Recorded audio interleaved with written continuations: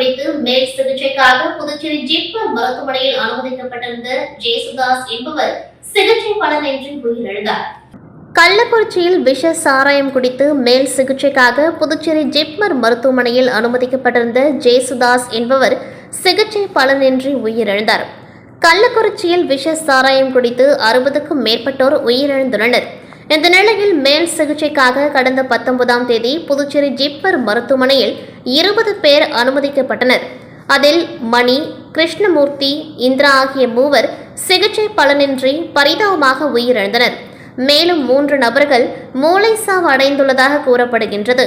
10 நபர்களுக்கு வெண்டிலேட்டர் உதவியுடன் தீவிர சிகிச்சை அளிக்கப்பட்டு வருகின்றது. இந்த நிலையில் வெண்டிலேட்டர் உதவியுடன் அதிதீவிர சிகிச்சை பிரிவு சிகிச்சை பெற்று வந்த ஏசுதாஸ் என்பவர் சிகிச்சை பலனின்றி பரிதாபமாக இன்று காலை உயிரிழந்தார். இதனால் ஜிப்மரில் பலி எண்ணிக்கை 4ஆக உயர்ந்துள்ளது.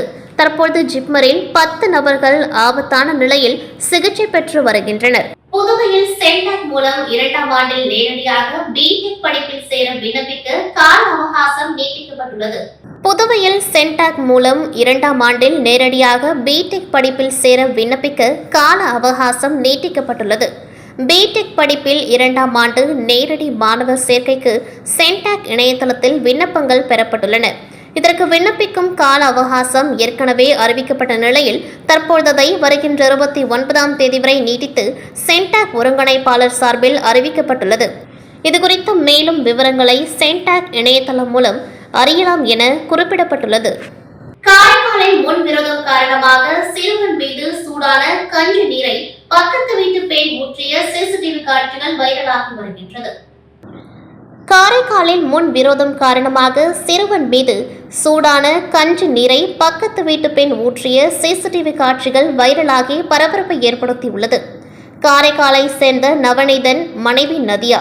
இவர் தனது வீட்டின் முன்பு இட்லி கடை நடத்தி வருகின்றார். இவர்களுக்கு 8 வயதில் ஒரு மகனும் 11 வயதில் ஒரு மகளும் உள்ளனர். இந்த நிலையில் நதியாவிற்கும் பக்கத்து வீட்டில் வசிக்கும் காரைக்கால் மருத்துவமனையில் பணியாற்றி வரும் ராஜம்பேரி என்பவருக்கும் அடிக்கடி தகராறு ஏற்பட்டு வந்துள்ளது.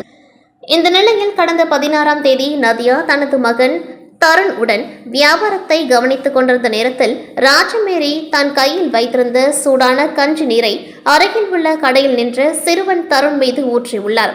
இதனை தட்டி கேட்ட நதியாவை ராஜமேரி தரக்குறைவாக பேசி தாக்கியதாக கூறப்படுகின்றது.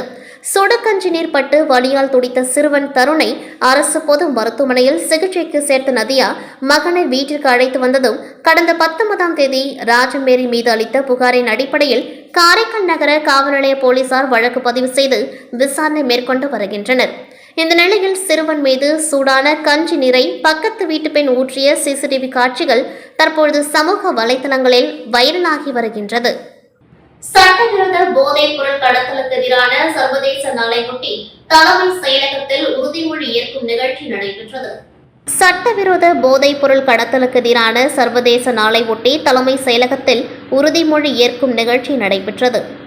போதைப்பொருள் பயன்பாடு மற்றும் சட்டவிரோத போதைப்பொருள் கடத்தலுக்கு எதிரான சர்வதேச நாள் இன்று அனுசரிக்கப்படுவதை ஒட்டி புதுச்சேரி தலைமை செயலகத்தில் போதைப்பொருள் பயன்பாட்டுக்கு எதிரான உறுதிமொழி ஏற்பு நிகழ்ச்சி நடைபெற்றது. தலைமை செயலர் சரத் சவுகான் போதைப்பொருள் பயன்பாட்டுக்கு எதிரான உறுதிமொழியை வாசிக்க அரசு செயலர்கள், தலைமை செயல் அதிகாரிகள் மற்றும் ஊழியர்கள் அனைவரும் ஏற்றுக்கொண்டார்கள்.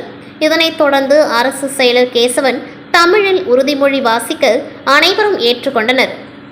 சட்டவிரோத போதைப் பொருள் கடத்தலுக்கு எதிரான சர்வதேச தினத்தை ஒட்டி ஆதிதிராவிட நலத்துறையில் இயக்குநர் இளங்கோவன் தலைமையில் போதைப் பொருள் பயன்பாட்டுக்கு எதிரான உறுதிமொழி ஏற்பு நிகழ்ச்சி நடைபெற்றது. சட்டவிரோத போதைப் பொருள் கடத்தலுக்கு எதிரான சர்வதேச தினத்தை ஒட்டி ஆதிதிராவிட நலத்துறையில் இயக்குநர் இளங்கோவன் தலைமையில் போதைப் பொருள் பயன்பாட்டுக்கு எதிரான உறுதிமொழி ஏற்பு நிகழ்ச்சி நடைபெற்றது.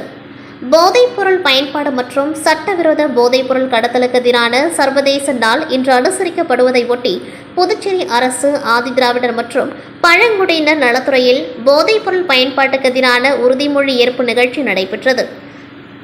ஆதிதிராவிட நலத்துறை இயக்குநர் இளங்கோவன் போதைப்பொருள் பயன்பாட்டுக்கு எதிரான உறுதிமொழியை வாசிக்க கண்காணிப்பாளர்கள், அதிகாரிகள் மற்றும் ஊழியர்கள் அனைவரும் ஏற்றுக்கொண்டார்கள்.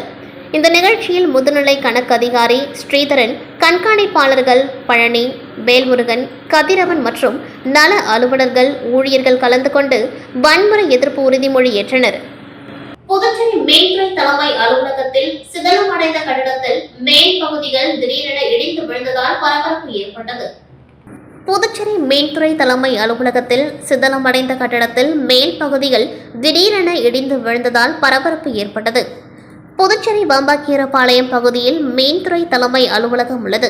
இங்கு நாள்தோறும் மின் கட்டணம் செலுத்துவதற்கும் அதிகாரிகளை சந்திப்பதற்கும் பெருமளவு பொதுமக்கள் வந்து செல்கின்றனர். மேலும் அதிகாரிகள், ஊழியர்கள் என ஆயிரக்கணக்கானோர் இங்கு பணிபுரிகின்றனர். இந்த நிலையில் மீன்துறை அலுவலகத்தில் உள்ள சிதலமடைந்த கட்டடத்தில் மேல் பாகங்கள் திடீரென இடிந்து விழுந்தது. நல்ல வேளையாக இதில் யாருக்கும் எந்த பாதிப்பும் ஏற்படவில்லை. கடந்த சில தினங்களாக மழை பெய்து வரும் நிலையில் சிதலமடைந்த கட்டடங்கள் பாதிப்படைந்ததாகவும் அதனால் கட்டடத்தின் மேல் பகுதி இடிந்து விழுந்ததாகவும் கூறப்படுகின்றது. மின்துறை அதிகாரிகள், ஊழியர்கள் மற்றும் பொதுமக்கள் நாள்தோறும் வந்து செல்வதால் உடனடியாக கட்டடத்தை சீரமைக்க வேண்டுமென கோரிக்கை குரல் எழுந்துள்ளது. மரக்காணம் அருகே கிழக்கு கடற்கரை சாலையில் நடந்த கார் விபத்தில் புதுவை காவலர் உட்பட 2 பேர் உயிரிழந்தனர். மரக்காணம் அருகே கிழக்கு கடற்கரை சாலையில் நடந்த கார் விபத்தில் புதுவை காவலர் உட்பட 2 பேர் உயிரிழந்தனர். நோனங்குப்பம் பகுதியை சேர்ந்தவர் செல்வம். இவர் புதுச்சேரி காவல்துறையில் காவலராக பணியாற்றி வந்தார். இந்நிலையில் இவர் தனது நண்பர் சாமுவேல் மற்றும் தனது உறவுக்கார பெண் உட்பட 4 பேருடன் சொந்த வேலை காரணமாக காரில் சென்னைக்கு சென்றுவிட்டு நேற்று மாலை ஈசிஆர் சாலை வழியாக வீட்டுக்கு வந்து கொண்டிருந்தனர். வெண்ணாங்கப்பட்டு பகுதியை கடக்கும் பொழுது எதிர்பாராத விதமாக விபத்து ஏற்பட்டதில் காவலர் செல்வம் சம்பவ இடத்திலேயே உயிரிழந்தார். இதனை கண்டு அதிர்ச்சியடைந்த பொதுமக்கள் பலத்த காயங்களுடன் இருந்த சாமுவேல் உட்பட 3 பேரை மீட்டு ஆம்புலன்ஸ் மூலம் ஜிப்மர் மருத்துவமனைக்கு அனுப்பி வைத்தனர். ஜிப்மர் மருத்துவமனையில் அனுமதிக்கப்பட்ட சாமுவேல் தீவிர சிகிச்சை பலனின்றி இறந்துவிட்டார். மற்ற 2 சிகிச்சை அளிக்கப்பட்டு வருகின்றது. இதுகுறித்து சூனாம்பேடு போலீசார் வழக்கு பதிந்து விபத்து குறித்து விசாரணை நடத்தி வருகின்றனர். புதுச்சேரி சுகாதாரத்துறையில் வாரிசுதாரர் பணி நியமனத்திற்கு விண்ணப்பித்துள்ள அனைவருக்கும் பணி வழங்க வலியுறுத்தி வாரிசுதாரர்கள் குடும்பத்துடன் ஒரு நாள் உண்ணாவிரத போராட்டத்தில் ஈடுபட்டனர். புதுச்சேரி சுகாதாரத்துறையில் வாரிசுதாரர் பணி நியமனத்திற்கு விண்ணப்பித்துள்ள அனைவருக்கும் பணி வழங்க வலியுறுத்தி வாரிசுதாரர்கள் குடும்பத்துடன் ஒரு நாள் உண்ணாவிரத போராட்டத்தில் ஈடுபட்டனர். புதுச்சேரி சுகாதாரத்துறையில் கருணை அடிப்படையில் வழங்கப்படும் வாரிசுதாரர் பணி நியமனத்திற்கு விண்ணப்பித்துள்ள அனைத்து விண்ணப்பதாரர்களுக்கும் ஒருமுறை தளர்வு அளித்து வாரிசுதாரருக்கு பணி வழங்க வேண்டுமென வலியுறுத்தி புதுச்சேரி சுகாதாரத்துறை ஊழியர்களின் வாரிசுதாரர்கள் நலசங்கத்தின் சார்பில் குடும்பத்துடன் ஒரு நாள் அடையாள உண்ணாவிரதம் நடைபெற்றது. மாதாக்கோவில் எதிரே நடைபெற்ற உண்ணாவிரத போராட்டத்திற்கு சங்கத்தின் ஒருங்கிணைப்பாளர் டேவிட் தலைமை தாங்க 100க்கும் மேற்பட்ட வாரிசுதாரர்கள் கலந்து கொண்டு கோரிக்கைகளை வலியுறுத்தி கண்டன கோஷங்களை எழுப்பினர். ஜிப்மர் ஓபிசி ஊழியர்கள் நலசங்கத்தின் சார்பில் முன்னாள் பாரத பிரதமர் VP சிங்கின் 93வது பிறந்தநாள் விழாவில் ஏராளமானோர் அவரது திருவுருவப் படத்திற்கு மலர் தூவி மரியாதை செலுத்தினர். ஜிப்மர் ஓபிசி ஊழியர்கள் நலசங்கத்தின் சார்பாக இந்தியாவின் பின்தங்கிய சமூக பிரிவுகளுக்கான மண்டல் கமிஷன் ஆணை அறிக்கையை அமல்படுத்திய முன்னாள் பாரத பிரதமர் VP சிங் அவர்களின் 93வது பிறந்தநாள் விழா ஜிப்மர் வளாகத்தில் நடைபெற்றது. இதில் டாக்டர் ராஜேஷ் நாச்சியப்பன், ஜிப்மர் ஓபிசி தொடர்பு அதிகாரி சங்கரேஸ்வரி, ஜிப்மர் தலைமை நர்சிங் அதிகாரி மற்றும் சங்கத்தின் கௌரவ தலைவர் அர்ஜுன கவுண்டர் ஆகியோர் தலைமையில் நடைபெற்றது. இதில் அலங்கரித்து வைக்கப்பட்டிருந்த முன்னாள் பாரத பிரதமர் VP சிங்கின் திருவுருவப்படத்திற்கு மலர் தூவி மரியாதை செலுத்தப்பட்டது. அதனைத் தொடர்ந்து அனைவருக்கும் இனிப்புகள் வழங்கப்பட்டன.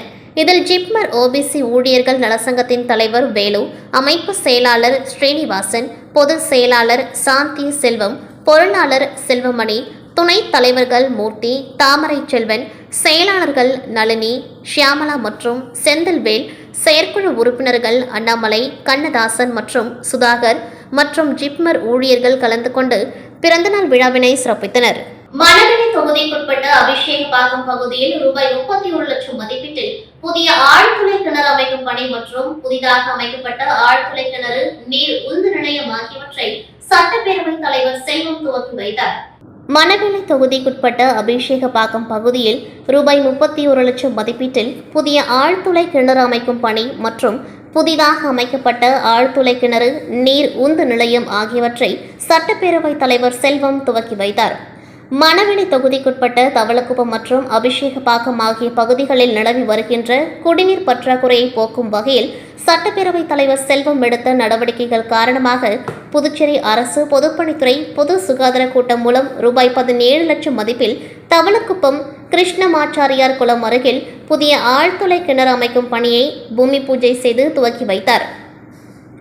பின்னர் அபிஷேகப்பாக்கம் பகுதியில் ரூபாய் 14 லட்சம் மதிப்பில் அமைக்கப்பட்ட ஆழ்துளை கிணறு மற்றும் நீர் உந்து நிலையத்தை தொகுதி சட்டமன்ற உறுப்பினரும் சட்டப்பேரவைத் தலைவருமான செல்வம் துவக்கி வைத்து பொதுமக்களுக்கு அர்ப்பணித்தார். இந்த புதிய குடிநீர் திட்டத்தால் 10,000க்கும் மேற்பட்ட மக்கள் பயனடைவர். இந்த நிகழ்ச்சியில் துறை அதிகாரிகள் மற்றும் அப்பகுதி பொதுமக்கள் கலந்து கொண்டார்கள். காரைக்காலில் சர்வதேச போதைப் பொருள் எதிர்ப்பு தினத்தை முன்னிட்டு விழிப்புணர்வு பிரச்சார பேரணியை புதுச்சேரி அமைச்சர் திருமுருகன் கொடியசைத்து துவக்கி வைத்தார். காரைக்காலில் சர்வதேச போதைப் பொருள் எதிர்ப்பு தினத்தை முன்னிட்டு விழிப்புணர்வு பிரச்சார பேரணியை புதுச்சேரி அமைச்சர் திருமுருகன் கொடியசைத்து துவக்கி வைத்தார்.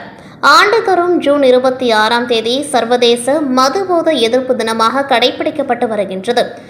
இந்த நிலையில் போதைப் பொருட்களுக்கு எதிர்ப்பு தெரிவித்து காரைக்கால் ஆட்சியர் அலுவலகம் வாயிலில் இருந்து 300க்கும் மேற்பட்ட பள்ளி மாணவர்கள், செவிலியர் பள்ளி மாணவர்கள் போதைப் பொருட்களுக்கு எதிரான வாசகங்கள் கொண்ட பதாகைகளை கையில் ஏந்தி பேரணியாக நகரின் முக்கிய வீதிகள் வழியாக சென்றனர். இந்த விழிப்புணர்வு பிரச்சார பேரணியை புதுச்சேரி அமைச்சர் திருமுருகன் மற்றும் மாவட்ட ஆட்சியர் மணிகண்டன் கொடியசைத்து துவக்கி வைத்தனர்.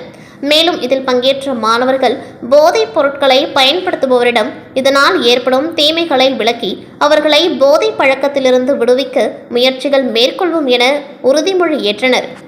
திருமுனை தொகுதி கலைஞர் கருணாநிதி அரசு மேல்நிலைப்பள்ளி வளாகத்தில் புதிய ஆழ்துளை கிணறு மற்றும் நீர் தொட்டி அமைப்பதற்கான பூமி பூஜையை சட்டமன்ற உறுப்பினர் அங்காளன் துவக்கி வைத்தார்.